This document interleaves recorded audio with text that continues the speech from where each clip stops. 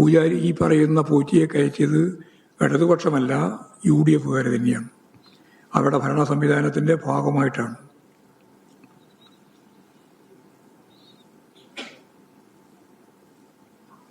ഇപ്പോൾ കോൺഗ്രസിൻ്റെ നിലപാട് എന്താണ് എന്ന് വ്യക്തമാക്കപ്പെട്ട ഏറ്റവും പ്രധാനപ്പെട്ട ഒരു കാര്യം നിയമസഭയിലുണ്ടായ അവരുടെ ഒളിച്ചോട്ടാണ്. കേരളം മുഴുവൻ ചർച്ച ചെയ്യപ്പെടുന്നു, പത്രങ്ങൾ മുഴുവൻ എഴുതുന്നു, അതൊക്കെ അത്ര ഭയങ്കരമായ പ്രശ്നമാണ് എന്നൊക്കെ പറഞ്ഞിട്ട് നിയമസഭ ആരംഭിച്ചു. നിയമസഭ ആരംഭിച്ചപ്പോൾ നിയമസഭയിൽ അതിൻ്റെ പ്രൊസീജിങ്സ് അനുസരിച്ച് ഇവർക്ക് ഉന്നയിക്കാനുള്ള അവസരമുണ്ട്. അതാണ് എല്ലാ സന്ദർഭത്തിലും പാർലമെന്ററി വ്യവസ്ഥയനുസരിച്ച് ഉന്നയിക്കുക. അടിയന്തര പ്രമേയം നൽകാതെ അസംബ്ലി തുടങ്ങിയ നിമിഷം തന്നെ പ്രതിപക്ഷ നേതാവ് അത് കലക്കാനാണ് ശ്രമിച്ചത്. ഇപ്പോൾ മന്ത്രിമാരുൾപ്പെടെ പറഞ്ഞു, നിങ്ങൾക്ക് അടിയന്തര പ്രമേയം നൽകുക, നോട്ടീസ് കൊടുക്കാം. പക്ഷേ അടിയന്തര പ്രമേയത്തിന് നോട്ടീസ് കൊടുത്താൽ ഈ പറഞ്ഞ സോണിയാഗാന്ധിയുടെ ഉൾപ്പെടെ, പ്രയാർ ഗോപാലകൃഷ്ണന്റെ കാലത്തെ സംവിധാനം ഉൾപ്പെടെ, കൊടിമരം ഉൾപ്പെടെ, വാചികവാഹനം ഉൾപ്പെടെ എല്ലാം ചർച്ച ചെയ്യപ്പെടുമെന്നുള്ളത് കൊണ്ട് അതിന് തയ്യാറാവാതെ അസംബ്ലി തന്നെ ഒഴിവാക്കി ഓടിപ്പോകുന്ന ചിത്രമാണ് നമ്മൾ കണ്ടത്. ഇതാണ് ഇന്നത്തെ പ്രതിപക്ഷത്തിൻ്റെ ഒരവസ്ഥ. അപ്പോൾ നിയമസഭയിൽ നിന്ന് അവർക്ക് ഒളിച്ചോടേണ്ടുന്ന അവസ്ഥയുണ്ടായി. മന്ത്രിമാർ വെല്ലുവിളിച്ചു പറഞ്ഞു, നിങ്ങൾ അടിയന്തര പ്രമേയം കൊണ്ടുപോവാം, നമുക്ക് അടിയന്തര പ്രമേയം ചർച്ച ചെയ്യാം. അതാണ് അവർക്ക് ഏറ്റവും വലിയ പ്രയാസം. അടിയന്തര പ്രമേയം കൊണ്ട് ഇറങ്ങിപ്പോകാൻ പ്രശ്നമില്ല. പക്ഷേ അടിയന്തര പ്രമേയം വരികയും അതിൻ്റെ മേലെ ചർച്ച നടത്തുകയും ചെയ്താൽ പ്രതിക്കൂട്ടിലാവും എന്ന് മനസ്സിലാക്കിയിട്ട് അവരിൽ നിന്ന് ഒളിച്ചോടി പോകുന്ന സ്ഥിതിയാണ് ഉണ്ടായിട്ടുള്ളത്. മറ്റൊരു പ്രധാനപ്പെട്ട പ്രശ്നമായിരുന്നു കോർപ്പറേഷനിൽ ഭൂരിപക്ഷമില്ലെങ്കിലും ഒന്നാമത്തെ കക്ഷി എന്ന രീതിയിൽ ഭരണത്തിലേക്ക് വന്ന BJP ഞങ്ങൾ കേരളത്തിൻ്റെയും പ്രത്യേകിച്ച് അതിൻ്റെ കേന്ദ്ര ബിന്ദുവായ തിരുവനന്തപുരത്തിൻ്റെയും സമഗ്രമായ വികസനത്തിന്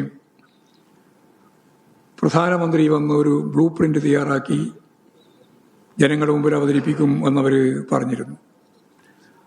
വികസന പാക്കേജ് പ്രഖ്യാപിക്കും എന്നും BJP പ്രഖ്യാപനം നടത്തിയിരുന്നു. പ്രധാനമന്ത്രി വന്നു എന്നുള്ളതും പ്രധാനമന്ത്രി രാഷ്ട്രീയമായൊരു പ്രസംഗം നടത്തി പോവുകയും ചെയ്തു എന്നുള്ളതും എല്ലാവർക്കും അറിയാം. ചൂരൽമല ദുരന്തമുണ്ടായപ്പോൾ അവിടെ എത്തിയ പ്രധാനമന്ത്രി വരുമ്പോഴും തിരിച്ചു പോകുന്നതിന് ശേഷവും കേരളത്തിലെ ജനങ്ങളുടെ പ്രതീക്ഷ ദുരന്തവുമായിട്ട് ബന്ധപ്പെട്ട് എന്തെങ്കിലും സാമ്പത്തിക സഹായം കേന്ദ്ര ഗവൺമെന്റിന്റെ ഭാഗത്തുനിന്ന് പ്രധാനമന്ത്രി തന്നെ നേരിട്ട് സന്ദർശിച്ച പശ്ചാത്തലത്തിൽ ലഭിക്കുമെന്നായിരുന്നു. ഒന്നും ലഭിച്ചില്ല എന്നുള്ള അനുഭവം നമ്മുടെ മുമ്പിലുണ്ട്. അതേപോലെയുള്ള ഒരു അനുഭവമാണ് കൊട്ടിഘോഷിച്ച് കൊണ്ടുവന്ന ഇന്ത്യൻ പ്രധാനമന്ത്രി തിരുവനന്തപുരം സന്ദർശിച്ച് ഒരു കാര്യവും പ്രഖ്യാപിക്കാതെ, വികസനത്തിൻ്റെ കാര്യം മിണ്ടാതെ ഒരു രാഷ്ട്രീയ പ്രസംഗം നടത്തി പോകുന്ന നില ഉണ്ടായിട്ടുള്ളത്. അത് വലിയ രീതിയിലുള്ളൊരു കബളിപ്പിക്കൽ പ്രസ്ഥാനമായിട്ട് മാറി എന്ന് ജനങ്ങൾ ഇപ്പോഴും മനസ്സിലാക്കുകയാണ്. മറ്റൊരു പ്രധാനപ്പെട്ട സംഭവം വിഴിഞ്ഞം തുറമുഖത്തിൻ്റെ 2ാം ഘട്ടം ഉദ്ഘാടനം ചെയ്തു എന്നുള്ളതാണ്. 2ാം ഘട്ടം ഉദ്ഘാടനം ചെയ്തപ്പോൾ കണ്ട വേറൊരു കാര്യം, 2ാം ഘട്ടവും 3ാം ഘട്ടവും 4ാം ഘട്ടവും കൂടി ഒറ്റ ഘട്ടമായിട്ട് പൂർത്തിയാക്കാൻ കഴിയും എന്നുള്ളതാണ് ഇപ്പോൾ കാണുന്ന ചിത്രം. ഇത് ലോക ചരിത്രത്തിൽ തന്നെ അത്യപൂർവമായ സംഭവമാണ്. ഒരു കൊല്ലം കൊണ്ട് ലോകത്തെ തന്നെ ഏറ്റവും ശ്രദ്ധേയമായ ഒരു സീപോർട്ടായി, തുറമുഖമായി വിഴിഞ്ഞം മാറിക്കഴിഞ്ഞു. അതിൻ്റെ പ്രവർത്തനം ആരംഭിച്ച 2024 ഡിസംബർ 3-നാണ് പ്രവർത്തനം ആരംഭിച്ചത്. അതിനുശേഷം യഥാർത്ഥത്തിൽ ഒരു തുറമുഖത്തിനും ലഭിക്കാത്ത രീതിയിലുള്ള സ്വീകാര്യത നമുക്ക് ലഭിക്കുകയുണ്ടായി.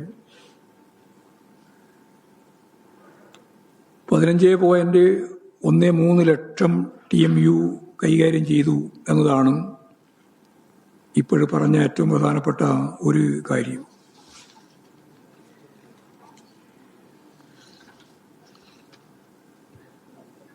രണ്ടാം ഘട്ടത്തിൻ്റെ ഭാഗമായിട്ടുള്ള ശേഷി 10 ലക്ഷം TUവിൽ നിന്ന് 50 ലക്ഷം TU ആയി അത് ഉയർത്തും എന്നുള്ളതാണ്. അതോട് ഒരു 3-4 വലിയ കപ്പലുകൾക്ക് ഒരേ സമയം അടുക്കാനുള്ള സാഹചര്യവും അവിടെ ഉണ്ടാവും. ഇത് കേരളത്തെ സംബന്ധിച്ചിടത്തോളം പശ്ചാത്തല സൗകര്യ വികസനവുമായിട്ട് ബന്ധപ്പെട്ട് വേണം അതിനെ കാണാൻ. ഇത് യഥാർത്ഥത്തിൽ ഒരു വിഴിഞ്ഞം തുറമുഖത്തിൻ്റെ മാത്രം പ്രശ്നമല്ല. നാഷണൽ ഹൈവേ ഉൾപ്പെടെയുള്ള മലയോര ഹൈവേ, തീരദേശ ഹൈവേ, അങ്ങനെയുള്ള നിരവധി പശ്ചാത്തല സൗകര്യ വികസനത്തിൻ്റെ ഒപ്പം വേണം നമുക്ക് വിഴിഞ്ഞൻ പദ്ധതിയെയും അതിൻ്റെ സമഗ്രമായ വികസനത്തെയും കാണാൻ.